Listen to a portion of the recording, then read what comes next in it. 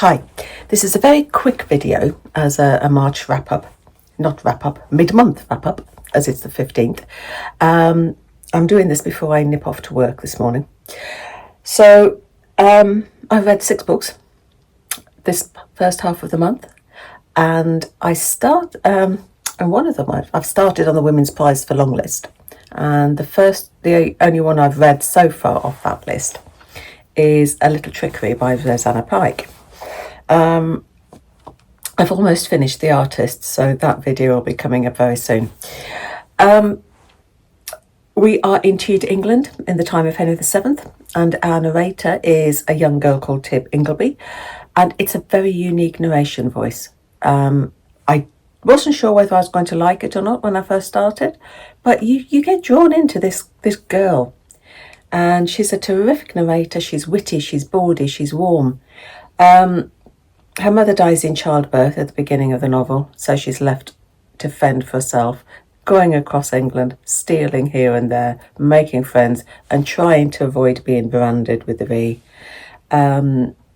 You've got superstition, you've got prejudice. It's a terrific tale.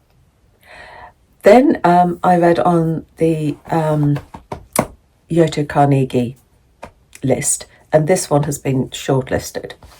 And it's Things We Leave Behind by Claire Furness.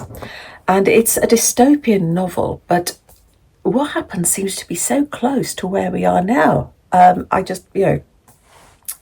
We've got an ultra right-wing government that's in power, and life for Clem, who's 15, 16, and her family is now no longer safe. Her stepmom is Jamaican. And the government has decided that it's going to have a mass deportation of anyone whose grandparents were not born in the UK.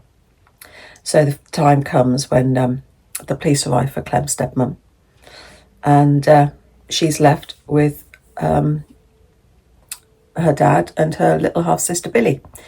And then things get even more unsafe, and so Dad sends the 2 girls off to Wales to live with grandfather.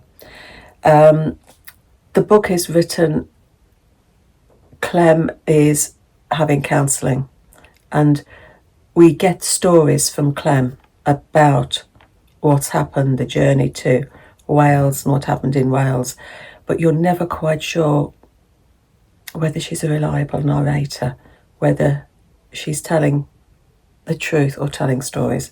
It's a very thought-provoking read. Then a Japanese translation, May You Have Delicious Meals by Junko Takase. And this is a novella, it's a very short book, and it seems to poke fun at the power games in Japan's offices. And it's focusing on food. Nitani, he eats nothing but pot noodles. He likes a convenient life, not for him going home, preparing a meal, eating, doing all the washing up. He'll just have a pot noodle. Then we've got 2 other characters, Ashikawa and Ashio. Ashikawa's described as a good person. She's always smiling, but she's seen as weak and vulnerable. Her co-workers gather around her and do things for her because a difficult client can send her into tears. And so she's always baking. She's always bringing food in to say thank you. Oh, thank you for doing this for me. Thank you for doing this for me. And Nitani thinks, yeah, she's so nice and meek. She's the girl I should marry. So he starts dating her.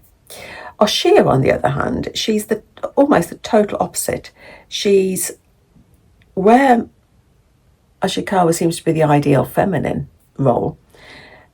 Ashio is outspoken and aggressive. She and Nitani go drinking after work, and she is talking bad about Ashikawa the whole time. And Nitani joins in, even though he's dating her.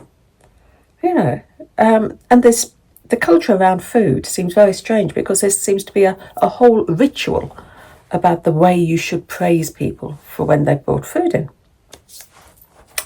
Yeah, it's an interesting read, that one. Then Elizabeth Strout's, because I'm trying to get her backlist read. And this is Amy and Isabel. And I didn't realise that the Isabel in this is the Isabel in Tell Me Everything. Not at the beginning.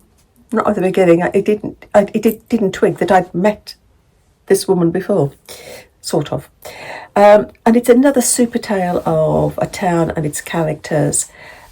We focus on Amy and Isabel. Amy is 16 and she's kicking the boundaries that Isabel set. Isabel's a single mum, and she's kicking against Isabel's rules. Isabel feels that she's never fitted in at the office where she's a PA. She never fitted in with the other women, and Amy craves attention. As mum is always, you can't do this, you can't do this, you can't do this, and Amy craves attention.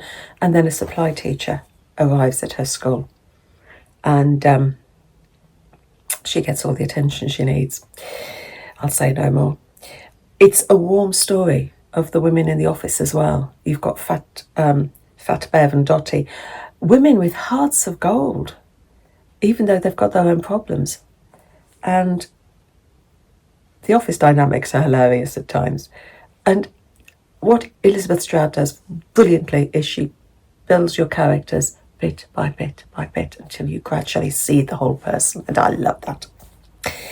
Then I read a historical novel, The Woman in the Wallpaper, by Laura Jones. It came out end of February, I think this was.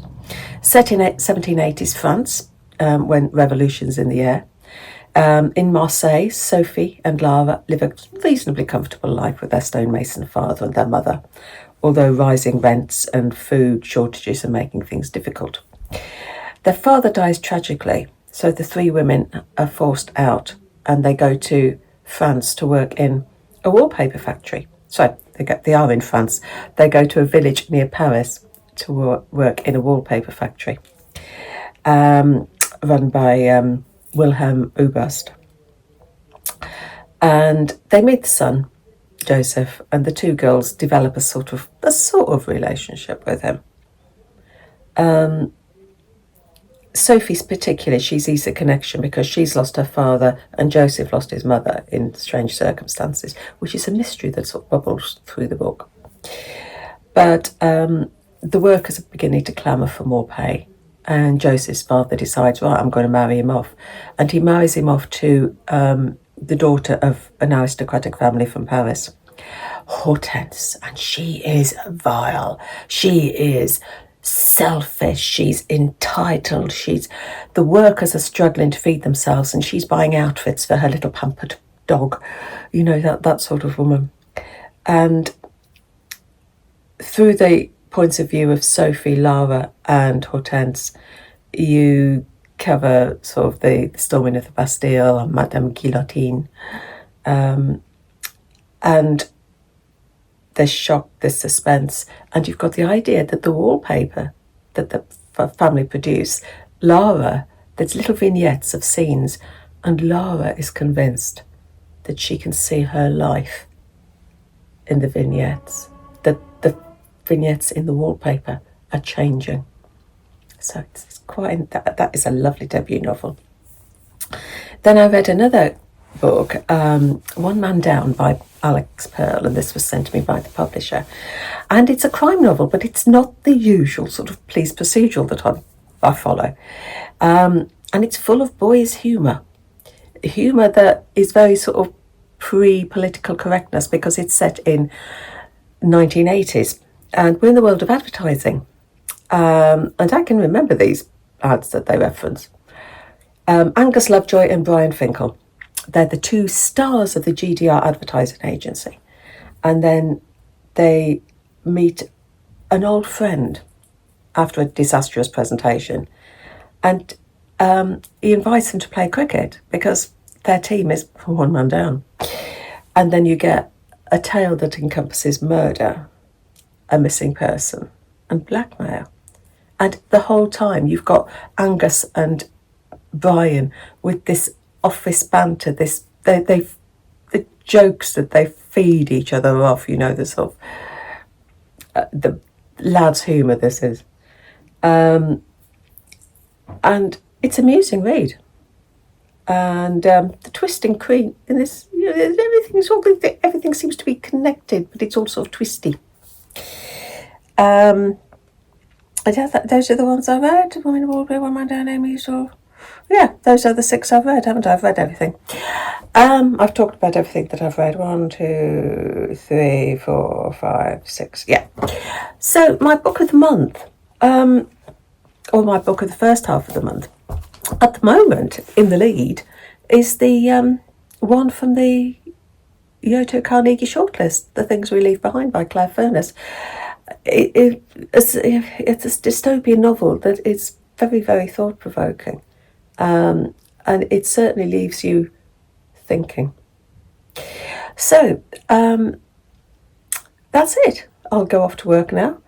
As I said, I've almost finished The Artist by Lucy Steeds, so that review will come up very shortly. So happy reading. Take care.